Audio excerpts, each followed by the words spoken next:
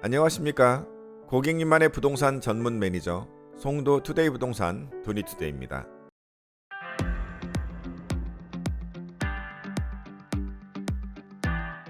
지난 한 주간 평안하셨습니까? 봄 날씨 굉장히 포근해졌습니다. 옷도 되게 가벼워졌고요. 우리 부동산 시장에도 여러 가지 문제들도 많고 이슈들도 많았습니다만 좀 이제는 가볍게 다닐 수 있었으면 좋겠습니다. 한 주일 동안의 부동산 시세와 또 어떤 일들이 있었는지 부동산 이슈에 대해서 한번 알아보는 시간 가져보겠습니다.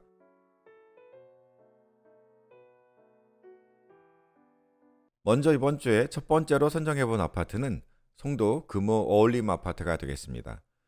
송도 금호 어울림 아파트는 2005년도 6월 달에 사용 승인이 났어요. 그러니까 송도 국제도시의 개발과 함께 같이 시작을 한 그런 아파트 단지가 되겠습니다. 총 510세대로 이루어져 있고 11개 동으로 구성이 되어 있습니다. 그러니까 아파트 높이가 15층 그리고 10층 이렇게 이루어져 있고요. 판상형으로 이렇게 쭉 뻗어 있어요. 대부분이 이제 남쪽을 향하고 있고 그렇게 일자로 이루어져 있는 형태가 많이 있고요. 32평, 49평, 55평에 이렇게 세 가지 형태가 있는데 이 510세대 중에서 330세대에는 84 타입이라고 말하는 그 타입이 가장 많고요. 처음부터 계획을 하고 첫 번째 만들어지다 보니까 주변에 초등학교, 중학교, 고등학교까지가 완전히 갖춰져 있고 역에서도 캠퍼스 타운역부터 5분 정도 걸릴까요? 네, 근처에 공원도 좋죠. 앞에로는 해돋이 공원도 있고 뒤쪽에 뭐 새아침 공원 뭐 이렇게 공원들이 굉장히 많습니다. 또 학생들 같은 경우도 뭐 학교도 가까이 있지만 학원이라는 곳들이 주로 209 라인에 그 라인으로 주로 제일 많이 이제 학원들이 자리를 하고 있었어요. 지금은 이것들이 또 109로 많이 넘어간 단점은 있습니다만 조금 일찍 구성이 되었던 이 아파트들은 주변 인프라는 109 못지않게 굉장히 잘 갖춰져 있는 단지가 되겠습니다. 먼저 매매 시세를 한번 알아보면은 한 5억 5천만 원 정도 이렇게 하고 있습니다. 그 209 아파트들이 조금 연식이 되다 보니까 가격이 상대적으로 저렴하기는 합니다. 최근에 이 5억 근처만 되면 그 매수 수요가 꽤 많았습니다. 요즘은 가격이 한 10%는 올라서 한 5억 5천 정도를 기록하고 있고 아직도 이쪽은 조금 저렴하게 송도의 어떤 송도 라이프를 즐기려면 선호가 많이 되는 그런 아파트들 중에 하나가 바로 이 금호 어울림 아파트가 되겠습니다. 전세 가격 이쪽 209는 약간 낮습니다. 하지만 요 낮은 가격 중에서도 요금 최근에는 많이 올라온 상태다 그렇게 보시면 될 것 같아요. 109 못지않은 그 인프라들 학세권, 공세권, 역세권 그런 장점들 때문에 이쪽에도 전세 수요는 꽤 있는 편입니다. 월세도 뭐 전세 수요 가격 그 정도에서 형성은 되고 있습니다. 타건구 대비해서는 좀 저렴하게 찾고 있는 편이고요. 가성비가 좀 괜찮다. 그래서 209도 충분히 송도 라이프를 즐기기 위해서 투자할 수 있다. 이렇게 보고 있습니다. 다음은 송도 글로벌파크 베리디움 아파트가 되겠습니다. 509에 있는 아파트죠. 오늘 선정한 거는 주로 이렇게 초등학교 학교를 끼고 있고 주변에 공원이 있고 그리고 이루어진 평형이 간단하게 돼 있는 그런 아파트들을 오늘 골라본 거거든요. 이 글로벌파크 베리디움 같은 경우는 역시 초품화가 가장 유명하죠. 초등학교가 바로 곁에 있고 뭐 어린이집도 있고요. 주변에서 충분히 소화할 수 있는 그런 인프라는 갖춰져 있는 것이 509가 되겠습니다. 매매가가 약 8억까지 요즘 올라온 것 같습니다. 한때에는 35평 기준으로 7억대 초반까지도 떨어지지 않았냐 뭐 이런 분위기였는데 일단은 반등을 좀 해주는 것 같습니다. 그래서 7억대 매수 수요가 최근에는 확실히 8억 수준까지는 올라오지 않았나 하는 부분이 있고요. 35평에서 또 지난번에 한번 말씀드렸던 방 4개짜리 이런 아파트 뭐 그렇게 많지 않지 않습니까? 그렇다 보니까 또 많이 선호되고 그런 아파트가 되겠습니다. 평당 약 2,300이라고 그러는데 조금 더 갈 수도 있는 것 같아요. 전세 가격은 뭐 비슷하게 나오는 것 같습니다. 평당 1,000만 원 수준에서 형성이 되고 있는데 실거래 가격은 조금 낮은 모습이고요. 실제로는 요거보다 좀 높지 않나 한 4억 근처까지도 가는 것 같습니다. 글로벌파크 베리디움 같은 경우는 아까 말씀드렸던 금호 올림과 마찬가지로 타입은 세 가지밖에 없습니다. 그러니까 요즘은 굳이 여러 타입 평형을 놓지는 않고요. 딱 필요한 타입으로 인기 있는 타입으로 가는 것 같습니다. 그래서 여기는 26평, 31평은 방이 3개, 35평은 방이 4개 뭐 그렇게 이루어진 그런 단지가 되겠습니다.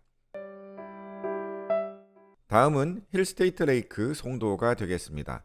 이 아파트는 2019년도 6월에 준공이 됐고요. 609에 있습니다. 609라 하면 이제 워터프론트 호수가 개발이 되고 있는데 그 호수를 중심으로 그림상에서 보면 이제 왼쪽에 있겠죠. 9개 동을 해가지고 886세대. 근데 이 중에서도 뭐 644세대가 84 타입이 되겠습니다. 여기는 주변에 인프라가 약간 문제가 되는 것 같아요. 가격을 한번 보실까요? 비교적 최근의 아파트고 사실 위치적으로는 굉장히 좋습니다만 현재 7억 정도의 매매 가격을 보이고 있습니다. 실거래는 없는데 사실 7억 정도에는 뭐 충분히 사자가 있는 그런 분위기가 아닌가 이렇게 보고 있습니다. 현재 송도에는 그런 바람이 있는 것 같아요. 어디가 좀 낮아 해가지고 글로 살짝 몰리고 또 어디가 살짝 몰리고 그 다음에 조금 오른 듯하면 멈추고 또 다른 데 찾고 그러는 급매 이후에는 그런 패턴의 매매가 좀 되는 것 같습니다. 그래서 609의 그 아파트들도 관심을 좀 받고 있는 것 같습니다. 전세 가격을 보면은 3억 정도로 조금 낮은 편입니다. 아무래도 주변 인프라가 부족한 것이 가장 큰 흠으로 지적이 되고 있습니다. 여기에서도 조금 멀고요. 아직은 조금 더 옆으로 나가야만 뭐가 있다라는 분위기가 있습니다. 그래서 향후에는 분명히 조금 더 좋아질 수 있기 때문에 전세 이렇게 저렴한 곳에서 역시 아까도 말씀드렸죠. 송도 라이프를 즐길 수 있는 그런 지역 중에 하나입니다. 월세도 그렇고 전세도 그렇고 그렇게 많은 거래는 아닙니다만 이쪽에 대한 요즘 수요와 관심이 늘고 있다. 그래서 한번 알려드렸습니다. 다음은 이 편한 세상 송도 전용 84 타입이 또 되겠습니다. 최근에 가장 많이 오른 쪽들을 꼽으라 하면은 저는 일단은 509 쪽 아파트 그 센시티나 글로벌 파크 같은 그런 곳하고 바로 이 이편한 또 마리나베이 이쪽을 중심으로 한 809 아파트가 아닐까 합니다. 84 타입들 기준으로 평균 7억 밑에서 거래들 꽤 많이 됐고 6억 5천까지 뭐 이렇게 거래들 되는 걸 봤는데 최근에 실거래가도 7억 2천 좀 안 되게 찍었고요. 실수요도 7억 내외로 형성이 되고 있는 건 사실입니다. 특히 모두가 좋아하는 바다 뷰라든가 뭐 뻥뷰, 뻥 뚫린 그런 어떤 뷰 이런 고층 성태는 되게 선호를 하고 있고요. 그래서 가격이 탄탄해졌다. 일단은 7억은 받쳐지고 있는 그런 모습입니다. 이 전세가도 사실은 조금 오른 것 같습니다. 주변에 특히 그 신규 단지가 있었잖아요. 그쪽의 물량이 소화가 다 되어가면서 가격대가 약간씩 올라가면서 어떤 시세가 되지 않을까 이렇게 봅니다. 월세도 신규 단지의 그 영향으로 수요가 역시 소폭 증가했고요. 평당 약 900선까지 올라왔습니다. 전에 한 800이 됐을까요? 뭐 그런 분위기였는데 전반적으로 아파트 시세는 10% 정도 올랐고 뭔가 조금 저평가되거나 어떤 투자를 해서 들어올 수 있는 데라면 찾고 있다. 그런 분위기로 말씀을 한번 드리겠습니다.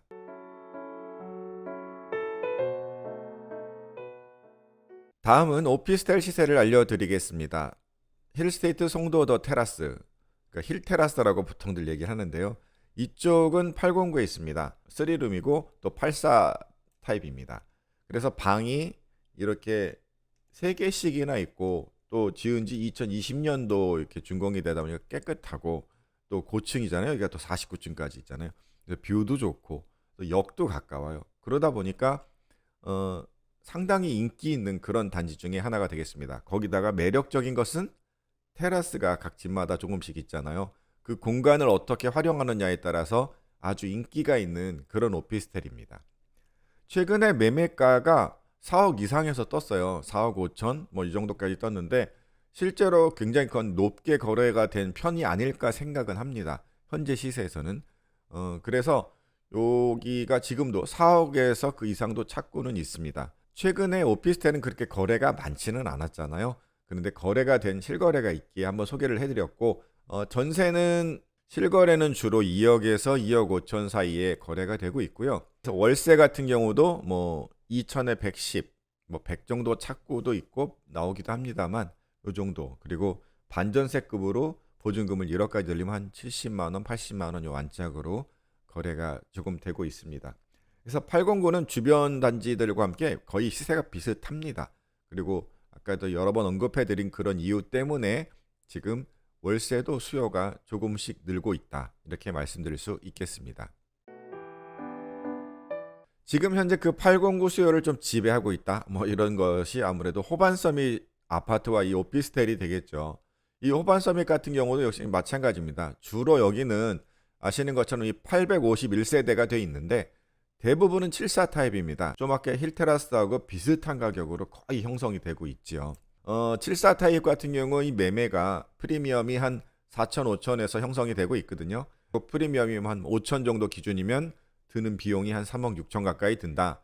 그랬으니까 요거 같은 경우는 한 4억 정도, 그리고 전세 가격은 74 타입은 실거래도 1억 7천에서 2억 사이가 떴었고 84 타입 같은 경우는 뭐 2억보다는 조금 더, 그래서 2억에서 한 2억 2, 3천 정도 붙고 있습니다. 월세는 아까 그 다른 단지와 비슷한 2천에 110, 100, 뭐 3천에 100, 요 정도에서 계속 찾아지고 있는 것 같습니다. 그래서 대부분의 물량들이 소화가 되면서 주변 단지와 함께 커가고 있다, 함께 가격을 이루고 있다, 이렇게 오피스텔 시세 말씀드릴 수 있겠습니다.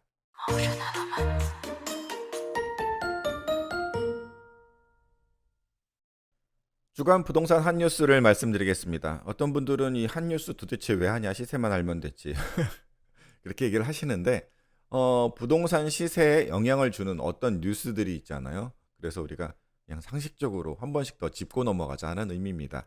이번 주에는 3월 22일 공동주택 공시가격이 발표가 됐습니다. 지난해보다 18.61%가 하락을 했다고 해요. 이게 이제 2005년도 이 공시가격 제도를 도입한 이후에 최대로 큰 낙폭이라고 합니다. 얼마나 빠졌길래? 지난 10년간의 그 어떤 상승세, 계속 공시가격이 올라왔었는데 이것이 큰 폭으로 하락 전환을 한 거죠. 그래서 이 공동주택의 하락률과 그 2020년 수준인 69%의 공시가격 현실화율을 적용을 한 그런 결과가 아닌가, 뭐 이렇게 파악들을 하고 있습니다. 한번 뉴스를 조금 더 구체적으로 보도록 하겠습니다. 2023년 이 공동주택 공시가격이 아까 말씀드린 것처럼 18.61%가 하락을 했다고 하는데, 그러면 이 하락해서 뭐 어떻게 됐다고 그것에 대해서 얘기를 잠깐 해보려고 합니다. 그러니까 2020년 대비 집값은 높아졌고요. 보유세 부담이 낮아졌습니다. 공정시장가액 비율이라는 것이 하향을 했고요. 그 다음에 이게 작년에 일시적으로 낮췄잖아요. 재산세는 60%만 반영하지 말고 45%로, 종부세는 95%가 아닌 60%로 반영하도록 그 공정시장가액 비율을 하향을 했고요. 그 다음에 공시가격을 현실화율을 갖다가 2020년으로 환원을 시켜버렸어요. 71.5가 예상이었거든요. 이번 이제 2023년도. 근데 이것이 69%로 돌렸죠. 이러다 보니까 공동주택 공시가격이 하락을 했다라는 거죠. 그래서 6억에서 9억으로 종부세의 어떤 그런 기본 공제 금액이 커졌죠. 그리고 1주택자 같은 경우는 11억에서 12억. 종부세 기준이 올라갔어요. 그런 영향이 또 있다 보니까 이번에 이 효과는 굉장히 클 수 있다라는 거죠. 또 종부세 세율이 또 인하했어요. 3주택까지도 12억을 초과하지 않으면 기존의 1에서 3%에서 이게 또 이 세율까지 낮아지면서 0.에서 2.7이 됐거든요. 그리고 세부담 상환율이라고 그래가지고 지난해보다 내가 더 많이 넘으면 거기가 상한으로 하는, 근데 그걸 300%까지 되던 걸 150%까지 일괄적으로 적용을 했단 말이죠. 그래서 이걸 한번 시뮬레이션 가상으로 돌려봤어요. 2020년도에 3.2억을 했던 공시가격이 보유세로 재산세를 63만 4천 원을 냈었어요. 그런데 이게 2022년도에는 올라가지고 5억이 돼서 이 사람은 조금 더 많은 재산세를 냈었어요.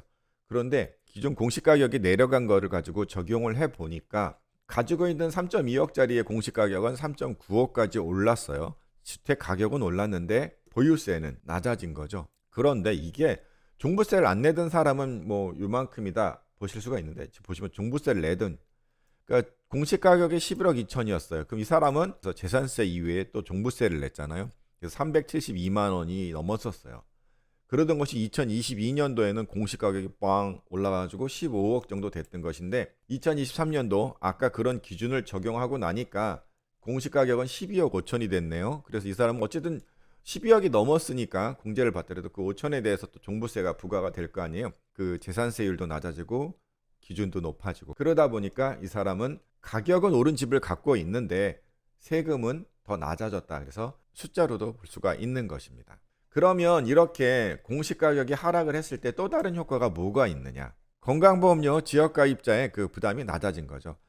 지역 가입자들은 자신의 그 소득이나 재산에 따라서 등급별 점수가 들어가서 이제 건강보험료를 내게 되잖아요. 근데 이 공시 가격이 내려갔기 때문에 보험료를 적게 내겠죠. 그래서 그게 세대당 전년 동월비 마이너스 3.9% 낮아졌습니다.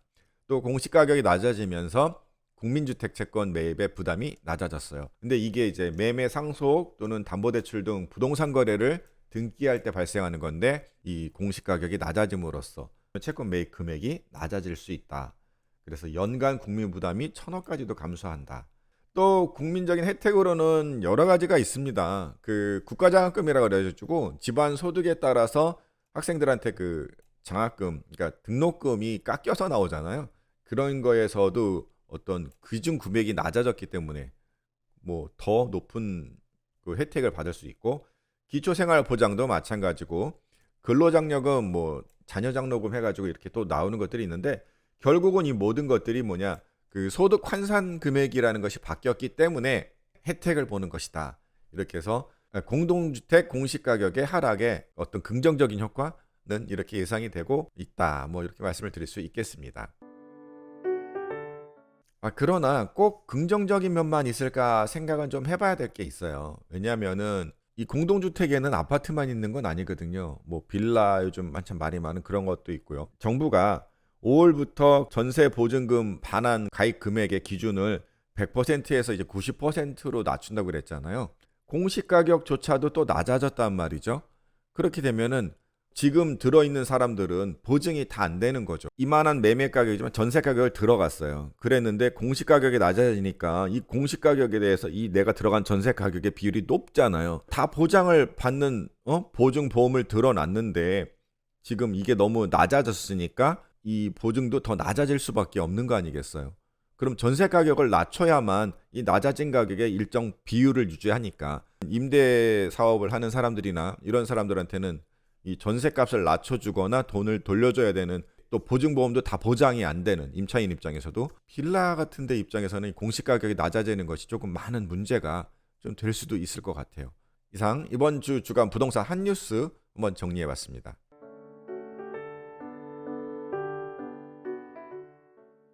예전에 그 주가지수 그래프를 가지고 한번 예측을 해본 적은 있어요. 작년 여름에.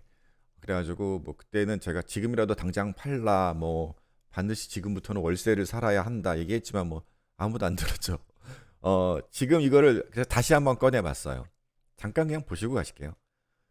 우리나라가 2020년도 3월 20날에 종합주가지수가 1566포인트였어요. 그리고 고점이 3300포인트를 갔어요. 그 다음부터 지금 얼마냐면 오늘 현재 뭐 2400포인트 정도 나오고 있습니다.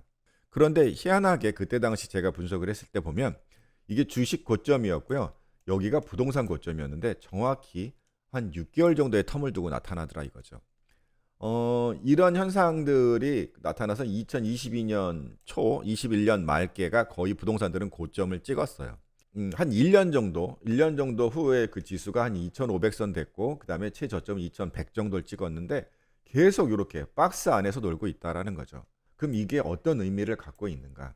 지금 보시면 금리는 더 이상 악재가 아니다라는 표현을 제가 썼어요. 2020년 5월 때에 우리나라의 금리가 0.5%였어요. 기준금리가. 지금 얼마인지 아시죠? 3.5%예요. 그런데 이 주가 정점을 이룰 때 그때 기준금리도 1%밖에 되지 않았어요. 이때부터 2021년 8월 달 이때부터 금리를 우리나라가 이제 올린 거거든요. 그래가지고는 지금 이만큼 1년 3개월 동안에 겨우 0.5%가 올랐었는데 2021년 8월부터 2022년 8월까지 딱 한 1년을 텀을 봤더니 이 기간 동안에 이제 금리가 1.5%는 올랐어요. 1년 만에.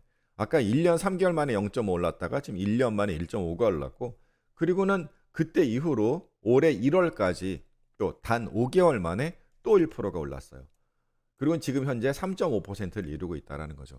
그런데 지금 세계의 어떤 그런 환경상 금리는 더 올리기 어려운 그런 환경이 되고 있잖아요. 저금리라서 사람들이 돈을 가지고 질러서 뭐 주식을 사고 부동산을 사고 했던 그런 느낌. 그리고 지금 금리가 많이 올라서 주식을 팔고, 그러니까 빚을 내서 대출 받아서 뭐 주식을 샀던 사람, 부동산을 샀던 사람들이 팔아대고 이러는 거에 대해서는 일단 거의 정리가 되고 있다. 금리 요인에 의한 하락은 멈출 거 아닌가라는 생각을 해봅니다.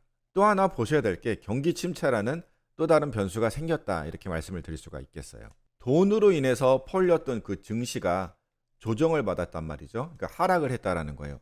38% 정도 가거나 61%가 가면 지지가 되거나 아니면 다시 더 하락을 하거나 그런 이야기들을 하고 있는데, 그 라인이 어느 정도냐면 한 2600포인트에서 2200포인트예요. 그렇다면은 일단 금리 요인이 다 떠났고 지금 어디로 갈지 모르는 지금 혼란스러운 상태가 한 5개월 이상 계속 이어오고 있는 거예요. 뭔가 경기가 안정이 되고 우리나라 수출도 잘 되고 그래서 여러 가지 요인 때문에 주식이 이렇게 올라가는 그런 모습을 보여야 그 다음으로 부동산 시장도 달라질 수가 있다라는 거죠. 경기적으로 호황이 와서 주식이 올라가서 그 사람들이 주식으로 돈을 벌어서 그 남는 돈으로 부동산을 살 수 있는 이런 어떤 순환, 선순환이라고 하죠. 이런 것이 일어나야 되고 평균적으로 부동산 시장과 6개월 정도 텀을 두고 있으니까 그럼 이거 확인하고 내가 부동산을 사거나 투자를 해도 괜찮다라는 결론을 한번 가져볼 수 있다 해서 주식 차트와 한번 비교를 하고 있습니다. 지금 시장은 급매만 찾아요. 급매만 찾아요. 절대로 먼저 위로 사겠다는 사람 많지 않습니다. 하지만 그런 급매들이 소화가 되면서 아까 한 달여 사이에 일단은 10% 정도는 부동산 가격들이 올라 있어요. 그런데 물량 공급도 아직도 많이 대기하고 있고요. 전세 가격 아까도 보셨지만 한 달 전이건 지금 이건 거의 비슷합니다. 이렇다라는 거는 어떻게 해야 되느냐? 우리 아직 바닥은 잘 모르겠다요. 여기가 바닥인가? 그러면 즉 여기에서 어떻게 되는지를 확인하고 이거 반등을 보고 나서 투자가라면 투자를 해야 된다라는 것이 제 의견입니다. 작은 규모라도 대출하고 또 특례보금자리론의 그런 어떤 걸 잘 이용을 해서 많은 어떤 빚을 지지 않고 할 수 있는 그런, 내가 언제까지 들어가야 되는 실수요자라면 이런 박스권이지만 괜찮다요. 송도 내에서도 그런 현상이 있다고 그랬잖아요. 상대적 저평가 지역, 가성비가 좋은 지역, 그런 데들은 분명히 어느 정도 가격을 가면 매수가 들어오고 있다 해요. 그렇다면 골라야죠. 그러니까 내가 지금 어떤 입장인가를 보시고 내가 뭐 실수요자다 또는 갭을 가지고 내가 들어가 보겠다, 그런 입장이라면 오케이라는 걸 늘 말씀드리고 있고, 그 다음에 투자가라면 그런 증시 반등, 경기 회복 이런 것들을 확인하고 들어가시면 어떨까 하는 것이 오늘의 투자 조언이 되겠습니다.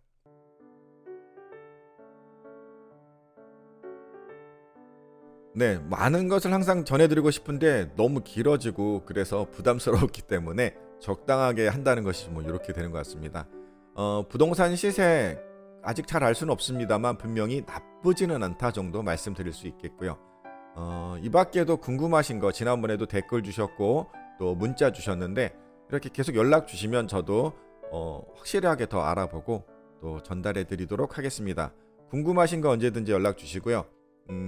다음 주에도 더 좋은 내용으로 찾아뵙겠습니다. 오늘도 끝까지 시청해 주셔서 감사드립니다. 구독, 좋아요, 알림 설정, 온 동네 소문내기 많이 부탁드립니다. 감사합니다. 다음 주에 뵙겠습니다. 고객님만의 부동산 전문 매니저 송도 투데이 부동산이었습니다.